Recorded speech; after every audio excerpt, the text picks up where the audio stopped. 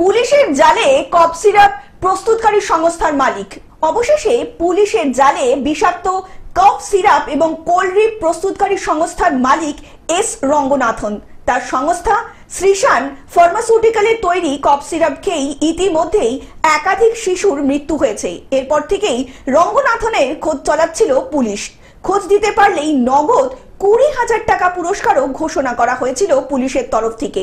সূত্রের খবর, বুধবার মধ্যপ্রদেশ এবং তামিলনাড়ুতে একটা বিশেষ অভিযান চালায় পুলিশ। সেই বিশেষ অভিযানেই চেন্নাই থেকে এস রঙ্গনাথনকে গ্রেপ্তার করলো পুলিশ। গ্রেপ্তারের আগে পুলিশের তরফ থেকে দফায় দফায় জিজ্ঞাসাবাদ করা হয় রঙ্গনাথনকে। জেরায় একাধিক অসঙ্গতি পাওয়ার পরেই রঙ্গনাথনকে গ্রেপ্তার করে police. Bureau report, globe news. এখন থেকে গ্লোব টিভি দেখুন আপনার স্মার্টফোনেও। গুগল প্লে স্টোর অথবা অ্যাপল স্টোর থেকে ডাউনলোড করুন গ্লোব টিভি লাইভ অ্যাপ। এছাড়া জিও টিভি অ্যাপ থেকে দেখুন গ্লোব টিভি লাইভ।